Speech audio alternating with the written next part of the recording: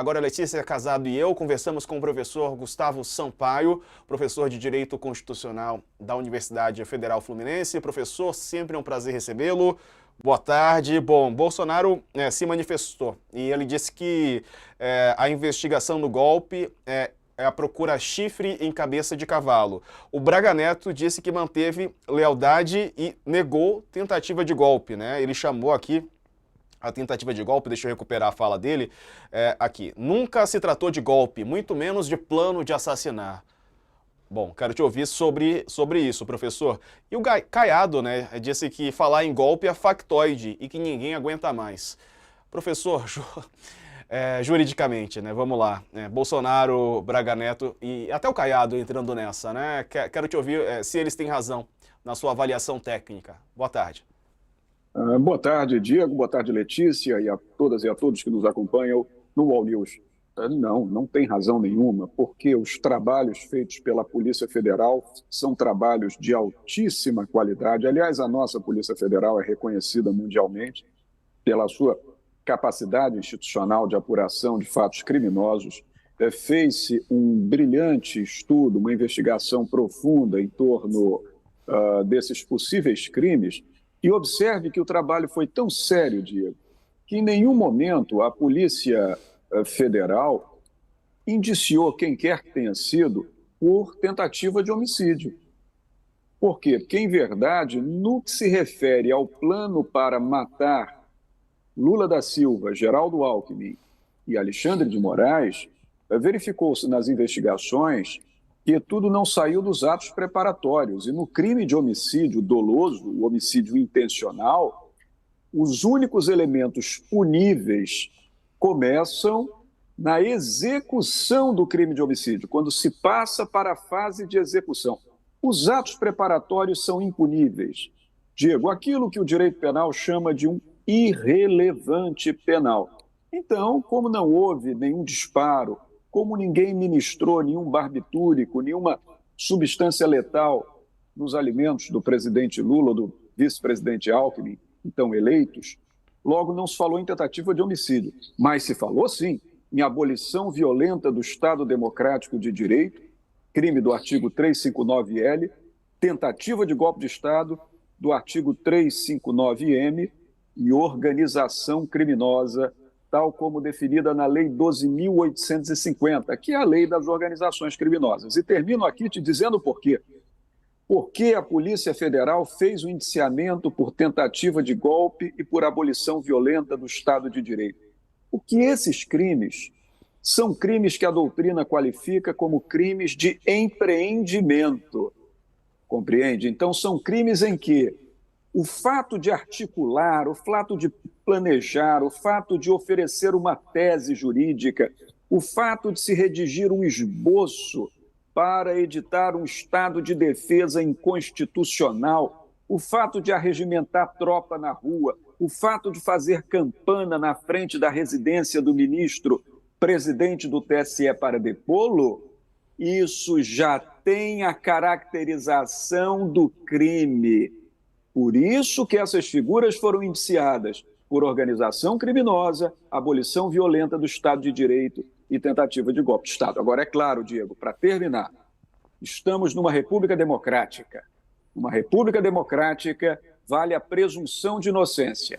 Ninguém é considerado culpado sem o trânsito e julgado de uma sentença penal condenatória. Então, eu não estou dizendo que ninguém é culpado, que houve crime. Eu estou dizendo que a polícia fez um indiciamento. O indiciamento é um ato em que a autoridade de polícia revela a sua impressão nítida do que ocorreu.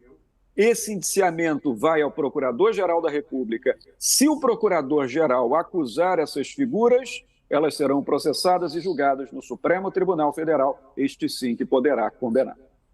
Notícia. Pois exatamente o que a gente estava falando um pouco antes e que o professor acho que deixou muito claro agora, porque para o golpe de Estado é a intenção, né? Não é você efetuar, fazer, consumar um golpe de Estado.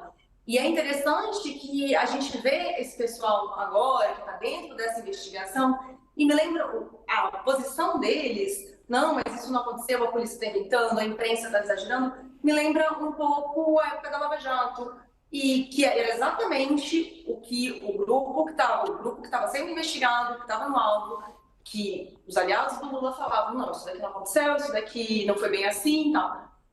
A gente vai ver o desenrolar dessa investigação toda ao longo dos próximos meses, talvez até para o próximo ano. Existe aí uma expectativa de que o Procurador-Geral da República, Paulo Bonet, faça uma denúncia em breve. Eu tinha ouvido que seria em janeiro, mas vamos esperar para ver o que vai acontecer nos próximos meses, né? Se essa denúncia for feita, a tendência é que o Supremo agilize ali para julgar. Curioso que você falou Lava Jato. Eu não ia nem mostrar esse tweet, mas já que você me deu o gancho, eu vou mostrar sim. É o Sérgio Moro, o senador, ex-juiz, né, da Lava Jato. Ele ontem brigou com o Eduardo Paes, prefeito do Rio de Janeiro, e hoje ele falou que sem o relatório do inquérito público, né, esse relatório ainda não foi apresentado, tem mais de 800 páginas, Moro falou que é inviável qualquer juízo de valor. A opinião pública não pode ser pautada pela informação isolada sobre o indiciamento. Que coisa, né? O Moro falando que a opinião pública não pode ser pautada por informações isoladas. Bom, o professor... Eu achei super interessante, desculpa, mas é porque eu cobri a Lava Jato. Eu também. Eu achei muito interessante. Eu morava em Curitiba, Estávamos lá. É verdade. O professor, e aí? Tem razão? Eu tô te perguntando hoje, eu tô fazendo um professor de ombudsman de comentários. Tem razão o Moro, o senador Sérgio Moro, professor? Olha, muitas vezes nesse diálogo áspero e dicotômico da internet, sabe, Diego, eu tenho aprendido o seguinte: todos têm razão e todos eles são paradoxais e contraditórios, porque muitas vezes afirmam coisas dignas de serem afirmadas, mas eu faço o que eu digo, mas não faço o que eu faço, porque quando se olha para o passado, verifica-se que agiram da mesma forma. Tá? Então, isso tem que ser cotejado, cada caso no seu caso, Diego. É preciso ver que a Operação Lava Jato, que tramitou lá na seção judiciária do Paraná, na 13ª Vara Federal, cometeu muitas impropriedades processuais e procedimentais, muitas, aquelas conexões que foram decretadas para justificar que tudo fosse julgado na 13ª Vara Federal do Paraná. Anos mais tarde, foi reconhecida pelo Supremo Tribunal Federal como um erro. Havia diálogo entre o juiz e o procurador da República quando a lei processual veda expressamente esse tipo de interlocução fora dos autos, fora do processo. Então, houve muitos erros. Mas havia intenções políticas e havia intenções acertadas. Então, muitas vezes, a crítica que se faz hoje é a conduta que se praticou anos antes, compreende? Nós temos que ter olhos de ver, nós temos que ter cidadania atenta para que nós não sejamos enganados, Diego. Então, veja, nesse diálogo que houve aqui, para concluir, nesse diálogo que houve com o prefeito do Rio, não é? O prefeito tem razão em parte, não tem outra. O ex-juiz, ex-ministro, hoje senador Sérgio Moro tem razão em parte, não tem outra. Ô professor, deixa eu trazer aqui uma fala só para a gente... Não vou mostrar novamente, mas só para quem não acompanhou o início do programa, a gente mostrou o ex-presidente Bolsonaro hoje numa live com o Gilson Machado, lá, aliado dele em Pernambuco, que foi candidato até prefeito do Recife. Ele disse que vai à posse do Trump, tá? Vai e tal, falou aí sobre o visual dele para a posse do Trump. Ele tá sem o passaporte, né? O passaporte está apreendido. Na sua avaliação, agora uma pergunta mais técnica, tem alguma chance do passaporte dele ser devolvido e ele ser liberado para ir à posse do Trump? Muitos falam, inclusive, que o Bolsonaro poderia tentar sair do país, eventualmente, né, pelas fronteiras aí, que são muitas. Enfim, isso, é claro, é uma ilação. Não existe nenhuma informação concreta sobre isso. Mas como é que o senhor vê também essa possibilidade que ele trata como se já fosse fato, né, que ele vai à posse do presidente eleito norte-americano?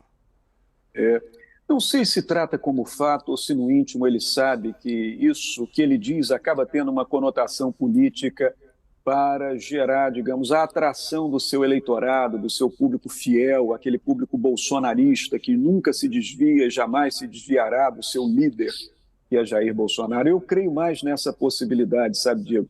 Porque Jair Bolsonaro sabe da carga processual que existe contra ele nos tribunais. A questão é que, até essa semana acontecer, eu acreditava mais na possibilidade dele ter em seu favor uma autorização para uma viagem aos Estados Unidos da América para comparecer à solenidade de posse do presidente Donald Trump. Mas depois dessa última quarta-feira, com esse indiciamento por 3 crimes gravíssimos, incluindo de abolição violenta do Estado de Direito, de tentativa de golpe de Estado, eu creio que agora, diante de toda essa desconfiança, associando-se também ao inquérito já concluído sobre a falsificação dos cartões de vacina e outros inquéritos, eu acredito que a chance do ex-presidente Jair Bolsonaro ter em seu favor uma autorização especial para comparecer aos Estados Unidos diminuiu muito. Agora, é claro, o Brasil é um país de 8.511.000 quilômetros quadrados, mais de 17 mil quilômetros de fronteira terrestre. Evidente, Diego, que se ele sair clandestinamente, aí nós estaremos falando de um fato ilícito. Eu espero que isso não aconteça. Eu espero que ele tenha consciência de que a autoridade da decisão judicial tem que ser observada, até porque se isso acontecesse, isso traria consequências processuais contra ele.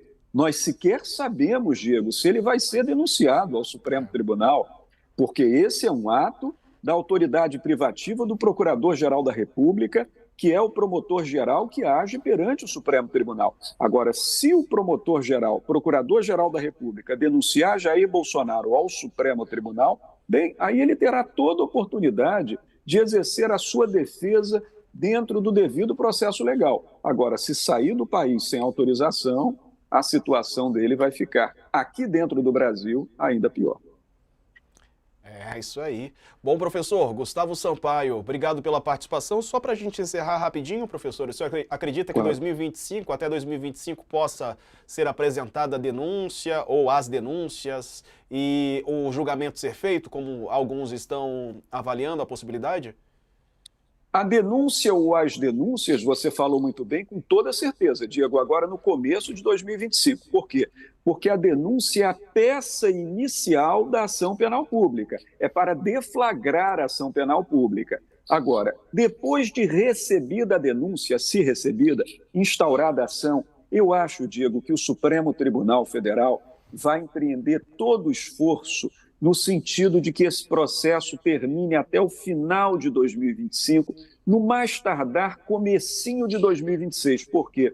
O tribunal tem consciência consequencialista das suas decisões e ele sabe que 2026 é o ano da eleição. Eu acho que o tribunal não vai querer que esse processamento e julgamento se confunda com as eleições. Então, acho que vai haver um grande esforço para que isso aconteça em 2025. Só lembrando, para concluir, que se o Procurador-Geral da República denunciar os 37 indiciados, olha, vai ser trabalho para mais de metro no Supremo Tribunal, porque ele vai ter que julgar 37 acusados em 2025. É isso, vamos.